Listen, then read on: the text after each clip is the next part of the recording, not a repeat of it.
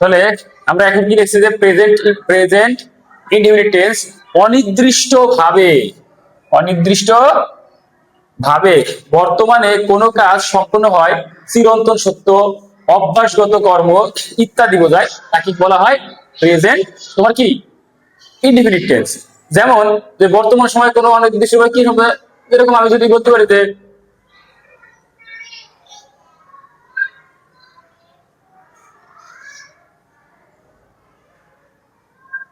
তারা ঘুমায়, হ্যাঁ, দে স্লিপ, তারা ঘুমায়, দে স্লিপ। আচ্ছা, এখন আমি আবার বলতে পারি যে এই যে চিরন্তন সত্য, হ্যাঁ, এরকম যদি একটা উদাহরণ দিই তাহলে আমরা কি লিখতে পারি? চিরন্তন সত্য বলতে কি বোঝাচ্ছে? যেটা আগেও ছিল, এখনো আছে, ভবিষ্যতেও থাকবে, এরকম কিছু বোঝালে সেটা আছে চিরন্তন সত্য। যেরকম আমি যদি বলি যে সূর্য পূর্ব দিকে উঠে পশ্চিম দিকে অস্ত আসবে, চিরন্তন সত্য। তারপরে আমি যদি আবার বলি যে পৃথিবী সূর্যের চারিদিকে ঘোরে, তাহলে এটাও কি চিরন্তন সত্য। তাহলে আমরা কি লিখতে পারি? যে পৃথিবী সূর্যের চারিদিকে ঘোরে, এটা ইংরেজি কি হবে? যে the the earth moves around the sun, না?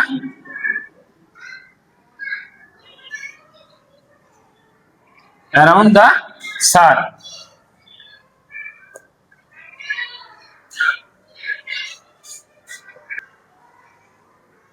তাহলে the earth moves, sorry around বললাম না, রাউন্ড দ্য সান, অর্থাৎ পৃথিবী সূর্যের চারিদিকে ঘোরে। এখন এটা আমার চিরন্তন সত্য হয়ে গেল। এখন অভ্যাসগত কর্ম বলতে করছি, অভ্যাসগত কর্ম বলতে তোমার এটা বোঝায় যেটা তুমি প্রতিনিয়ত করো। প্রতিনিয়ত করতে বলতে বোঝাচ্ছে যে আমি প্রতিদিন স্কুলে যাই, হ্যাঁ, আমি সকাল সকাল ঘুম থেকে উঠি, হ্যাঁ, I get up early in the morning, আমি প্রতিদিন স্কুলে যাই, আই গো টু কি স্কুল, আমি প্রতিদিন অফিসে যাই, কি আই গো টু অফিস, হ্যাঁ। তাহলে এই যে এরকম এইগুলো আছে তোমার কি অভ্যাসগত কর্ম, যে I get up early in the morning, I get up early in the morning, আমি প্রতিদিন সকাল সকাল ঘুম থেকে উঠি। এই যে আমার এটাই সেন্সটা কি হলো? এটাই হচ্ছে তোমার প্রেজেন্ট ইনডিফিনিট টেন্স, অর্থাৎ অভ্যাসগত কর্ম বোঝাচ্ছে।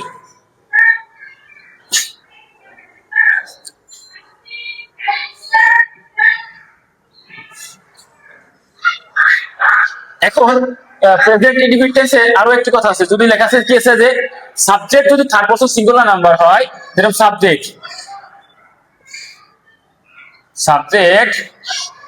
যদি থার্ড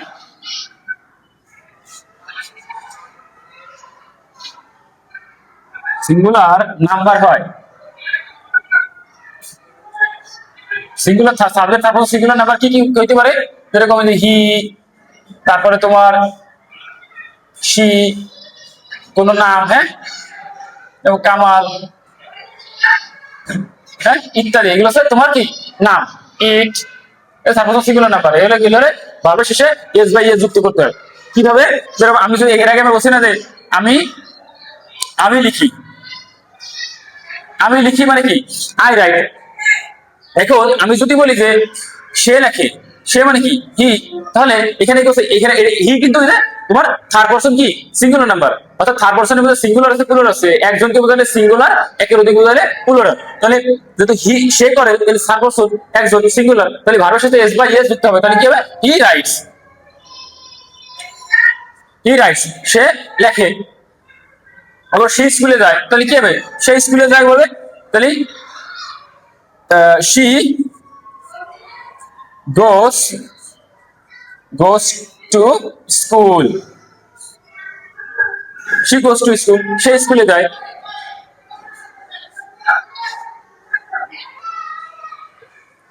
তাহলে প্রেজেন্ট ইনডিফিনিট এর আমরা স্ট্রাকচারটা কি হবে? যে স্ট্রাকচার হবে সাবজেক্ট প্লাস ইয়ন প্লাস বাকি অংশ। আচ্ছা, এর আগে তো আমরা কি এই প্রেজেন্ট ইনডিফিনিট সম্পর্কে কি আমরা আলোচনা করে দিছি। এরপরে আমরা লিখছি যে আবার ওকে, এখন আমরা পাস্ট ইনডিফিনিট সম্পর্কে লিখতে পারি। এখন আমরা দেখো এর আগে আমরা প্রেজেন্ট ইনডিফিনিট আলোচনা করছি, এখন পাস্ট ইনডিফিনিট এবং ফিউচার ইনডিফিনিট আমরা একসাথে আলোচনা করবো। কারণ কি আমরা যদি এই ইনডিফিনিট গুলো একসাথে আলোচনা করি, একসাথে যদি পড়ি, তাহলে আমার মনে হয় তোমরা একটু ভালো বুঝতে পারবা এবং এগুলো এই গ্রামারটা আর ভুল বানায় কেমনে। যে পাস্ট মানে অতীত, ফিউচার মানে ভবিষ্যৎ, আর প্রেজেন্টটা তো হয়ে গেছে আমরা বলছি। তাহলে পাস্ট মানে কি? অতীতে কোন একটি কাজ সম্পন্ন হয়েছে। আমরা এর অর্থটা কেমন আসবে? যে অতীতে সরেওয়া, অতীতে কোনো কাজ সম্পূর্ণ হয়েছিল, অতীতে কোনো কাজ সম্পন্ন সম্পন্ন হয়েছিল, অতীতে কোনো কাজ সম্পূর্ণ হয়েছিল এর বোঝাবে। আর ফিউচার ইন্ডিফিনিটে কি হবে? ফিউচার মানে ভবিষ্যৎ, তাহলে কি ভবিষ্যতে কোনো কাজ সংঘটিত হবে, ভবিষ্যতে কোনো কাজ হবে, তাহলে ভবিষ্যতে কোনো কাজ হবে। আর পাস্ট ইন্ডিফিনিট বলতে অতীতে কোনো কাজ সম্পন্ন হয়েছিল এরকম বোঝাবে নাকি? তাহলে আমরা কম্পেয়ার করবো যে অর্থটা কেমন আসবে। এটার স্ট্রাকচার কি আসবে? স্ট্রাকচার স্ট্রাকচার তোমার কি হবে? সাবজেক্ট প্লাস ভি ওয়ান বলতে আমরা কি বুঝি? ভার্বের প্রেজেন্ট ফর্ম অর্থাৎ বেস ফর্ম। আর ভি টু মানে পাস্ট ফর্ম, মানে পাস্ট ফর্ম। তাহলে প্লাস বাকি অংশ, আর আমি যদি এখন লিখি যে ভবিষ্যতে, তাহলে কি হবে? যে স্ট্রাকচার হবে তোমার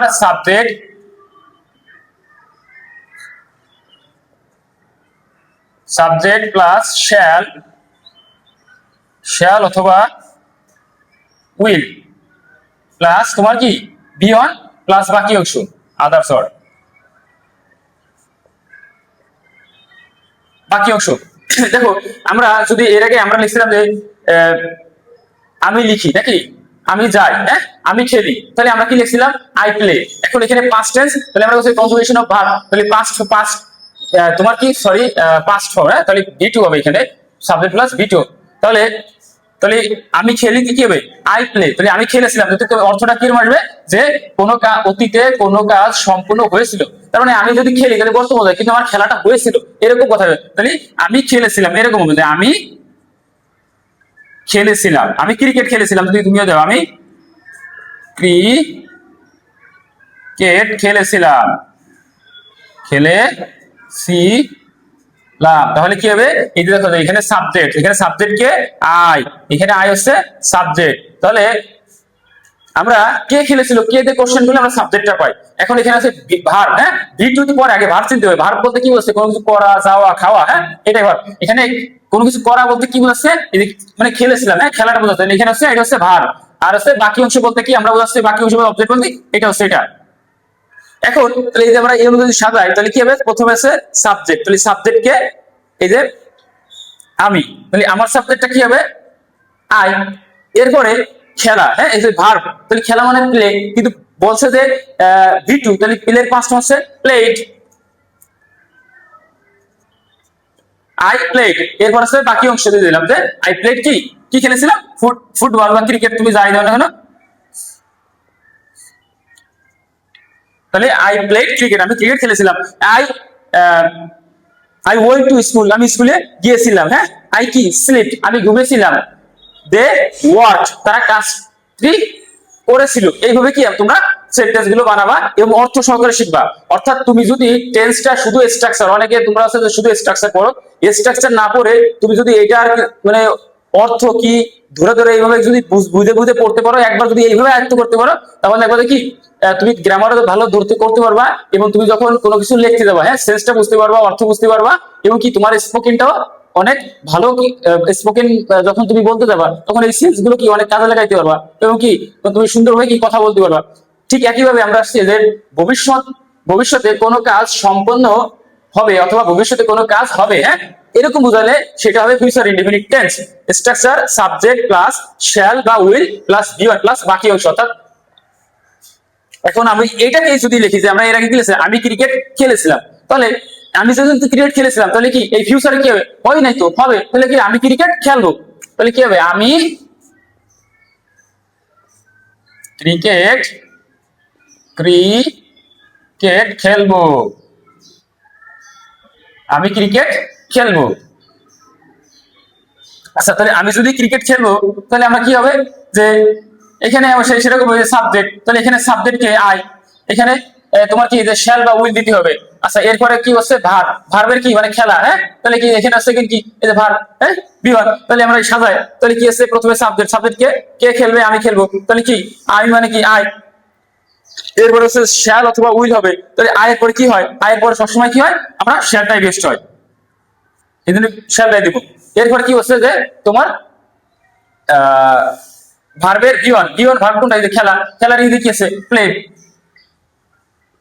প্লে, এরপরে কি খেলবা, এই যে বাকি অংশ, হ্যাঁ, অবজেক্ট, তো তুমি কি দিলে যে আই প্লে, কি আমি কি খেলবো ক্রিকেট, কি খেলো ক্রিকেট, তাহলে ক্রিকেট, ক্রিকেট। তাহলে আমি আবার লিখতে পারি যে কি I he will write a letter, সে একটি চিঠি লিখবে, শি উইল স্লিপ, হ্যাঁ, সে ঘুমাতে যাবে। তাহলে কি এইভাবে কি আমরা সুন্দরভাবে কি প্রেজেন্ট, পাস্ট এবং ফিউচার, ফিউচার এলিমেন্ট কম্পেয়ার ভাবে শিখে গেলাম। আচ্ছা, সুপ্রিয় শিক্ষার্থী বন্ধুরা, এখন আমরা এখানে আলোচনা করব প্রেজেন্ট কন্টিনিউয়াস, পাস্ট কন্টিনিউয়াস এবং ফিউচার কন্টিনিউয়াস। এইভাবে মনে হয় না তোমাদের আগে কোনো কেউ আলোচনা করেছে কিভাবে আমরা কম্পেয়ার করি, অর্থাৎ কি আমরা যদি একটার সাথে আরেকটা, অর্থাৎ কন্টিনিউয়াস মানে হচ্ছে চলমান, সোজা কথা কন্টিনিউয়াস মানে হচ্ছে চলমান। এখন আমরা present continuous, past continuous, future continuous এই কম্পেয়ারটা যদি আমরা শিখতে পারি তাহলে আমরা ইনশাআল্লাহ টেন্সটা আর ভুলবো না। কিভাবে আমরা কম্পেয়ার করলে আসলে কন্টিনিউয়াস মানে চলমান, প্রেজেন্ট মানে বর্তমান, তাহলে বর্তমানে যা চলমান, হ্যাঁ, বর্তমানে, বর্তমানে কি কোন কাজ চলতেছে, বর্তমানে কোন কাজ চলমান, চলমান, তার মানে পাস্ট, পাস্ট মানে কি, পাস্ট কন্টিনিউয়াস মানে কি, পাস্ট মানে অতীত, কন্টিনিউয়াস মানে চলমান, তাহলে অতীতে কোন কাজ চলমান, অতীতে, অতীতে, অতীতে কোন কাজ চলিতেছিল, অতীতে কোন কাজ চলিতে ছিল, অতীতে কোনো কাজ চলিতেছিল। ফিউচার কন্টিনিউয়াস মানে ফিউচার মানে ভবিষ্যৎ, তাহলে ভবিষ্যতে কোনো একটি কাজ চলিতে থাকিবে, এই যে ভবিষ্যতে সতে কোনো একটি কাজ,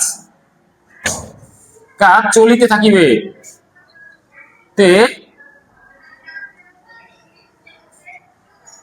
তাহলে আমরা কি লিখছি যে প্রেজেন্ট মানে কি বর্তমান, তাহলে কন্টিনিউয়াস মানে চলমান, তাহলে বর্তমানে কোনো কাজ চলমান, এটাই প্রেজেন্ট কন্টিনিউয়াস। পাস্ট কন্টিনিউয়াস, অতীতে কোনো কাজ কি চলিতেছিল, হ্যাঁ, এটা পাস্ট কন্টিনিউয়াস। ফিউচার মানে ভবিষ্যৎ, ভবিষ্যৎকালে, ভবিষ্যতে কোনো একটি কাজ কি চলিতে থাকিবে, অর্থাৎ এইগুলো আমরা কি মানে কিছু সময় ধরে চলিতে থাকিবে, এটা হচ্ছে সবগুলো কিছু সময় ধরে। এরকম এটার স্ট্রাকচার কি হবে, subject, subject plus am is are plus beyond plus বাকি অংশ এখানে স্ট্রাকচার সাবজেক্ট প্লাস was বা were, was বা were প্লাস বাকি অংশ, was বা were প্লাস কি ভি, ও সরি এখানে আমরা কি লিখছি, আমরা ভি, হ্যাঁ, ভির সাথে আইএনজি হবে, অর্থাৎ ভি ওয়ানের সাথে আইএনজি, এইখানে ঠিক একই রকমের V one plus ING plus কি বাকি, বাকি অংশ। এখন আমরা আসি যে ফিউচার কন্টিনিউয়াস মানে ভবিষ্যৎকালে, এটার স্ট্রাকচার কি হবে,